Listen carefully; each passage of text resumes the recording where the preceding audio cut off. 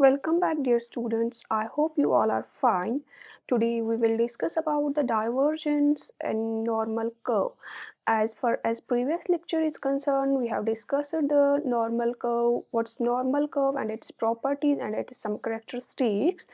And in that lecture, I have told you that this no we when we measure when we start measuring anything, we start from the normal. Like we say, if any individual has above average or above a normal scores, then we say that and that individual is excellent and is above average. And if any individual or any student has score below that normal point, and we say that he is below average student. And this happens when we do measurements in the social sciences, like we measure the intelligence of the students, and we measure this the achievement of the student, we measure the height or weight of the student. It indicates that these three measures of central tendency, that is mean, median and mode, when all these three values coincide, that is the normal curve. And as I have already told you in previous lecture, that there is a perfect balance between the right and left side of the normal curve around this central point. And this normal curve has bilateral symmetry, and the left side is similar to the right side of the curve, that is known as normal curve. Now when there is the deviation from the normal curve, there occur two types of deviations in the normal curve. One is known as skewness and another is kurtosis. We will go through them one by one.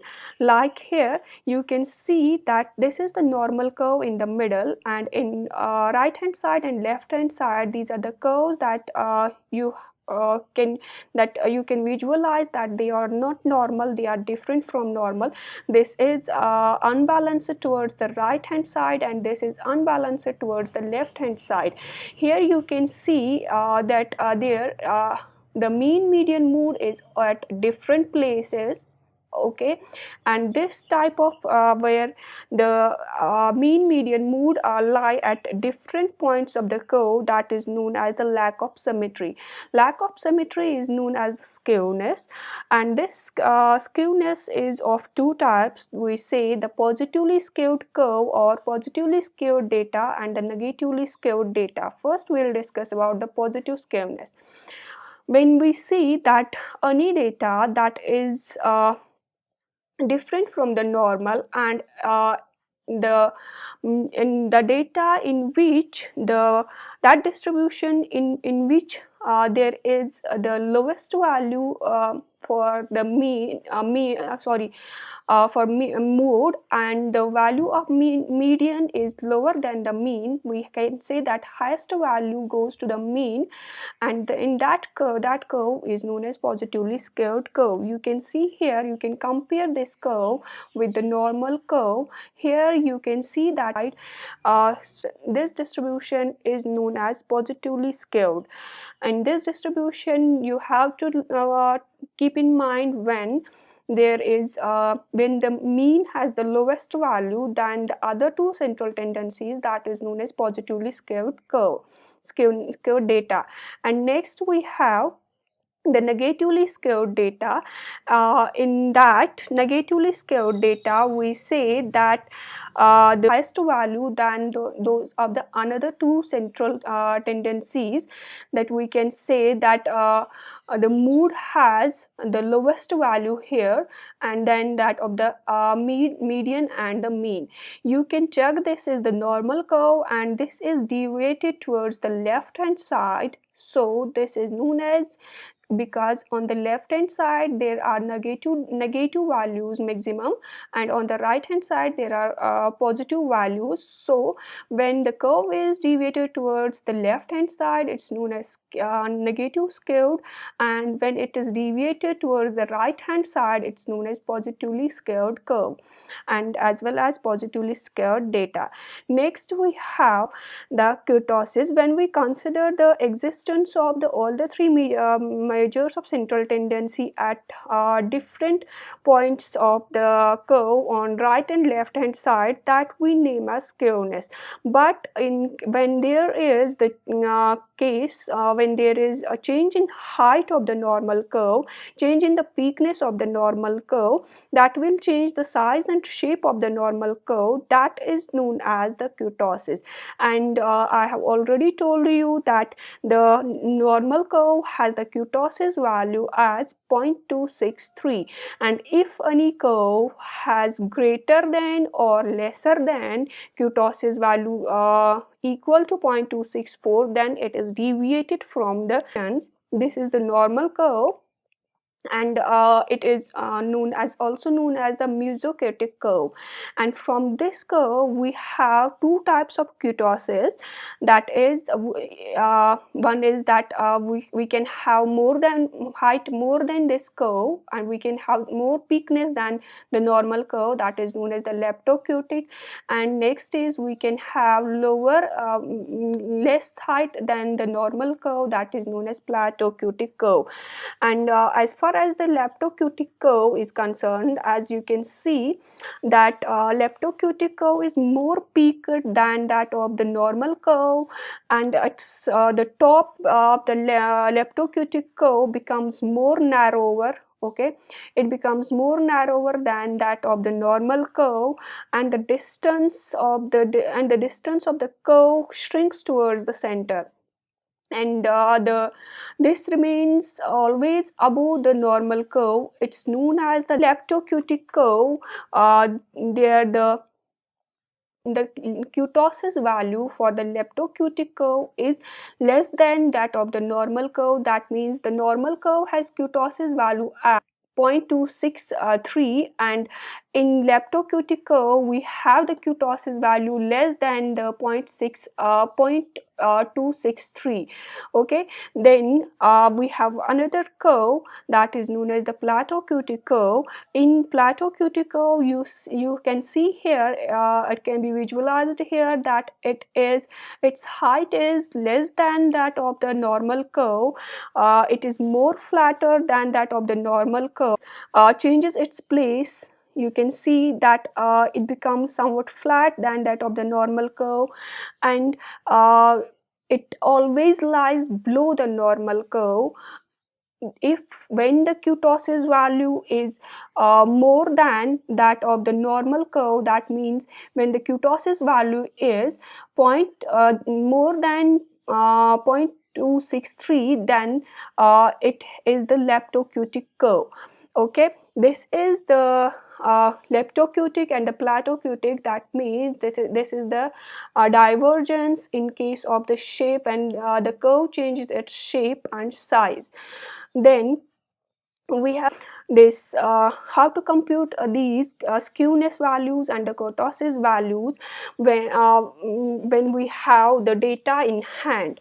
Okay, we have a numerical data, always quantitative data, how to calculate skewness for that, and how to compute the this kurtosis. First of all, we will see how to compute the skewness. There is a formula, there are formulas to compute these two, and one formula is skewness is equal to 3 times mean minus median and divided by standard deviation. We have already gone through how to calculate the mean, how to calculate the median, and how to calculate the standard deviation. So skewness will be equal to 3 times mean minus median divided by the standard deviation. And one more formula is there, we have already gone through the percentiles, and skewness will be equal to, it is here, it's the P 90th percentile. Okay, it's the 90th percentile, and it is the 10th percentile of the data divided by 2, and the minus the P 50th percentile. P 50th percentile will be the median of the data also. And then this is the formula for the skew to calculate the skewness of the data, and how to compute the kurtosis value of the data. And you have to keep in mind that the kurtosis value is may be equal to the quartile deviation divided by 90th percentile minus 10th percentile. We have gone through how to compute the quartile value and how to compute the percentiles of the data, so we can compute this kurtosis value. And you have to keep in mind, if the kurtosis value is greater than 0.263, then this is the leptocutic curve, and if the kurtosis value is less than the 0.263, then it is platocutic curve. So this is all about the divergence from the normality or the normal curve, from normal curve. How to compute this divergence, if we how to check the divergence in the normal curves, that is how to compute the skewness and the kurtosis value. Now why there occurs the divergence and from the normal? Okay, there are some factors which affect the divergence in the normal curve. First of all, there is the sample selection of the sample. If the selection of the sample is not proper, it leads to many ambiguous results. The sample size should not be too small. Scores obtained from the small sample may be biased ones, and thus the sample selection should lead it leads to the skewness and the kurtosis from the normal curve. And second is, when we use the unsuitable tools or the tests or the tools that we prepare that we prepare to test or to check the required trait or the ability of an individual, the test should be proper. The test should be appropriate one that measures the said characteristic of an individual, and that test should be one which can be administered by the respective members, like the teachers or the researchers. If the test is not made in alliance with the principles of the test construction, then it will be somewhat easy test in the educational field in case of the teachers, and the students may secure more marks in the test. So there may be more marks, more scores than that of the normal score, and that will lead to the divergence of the data.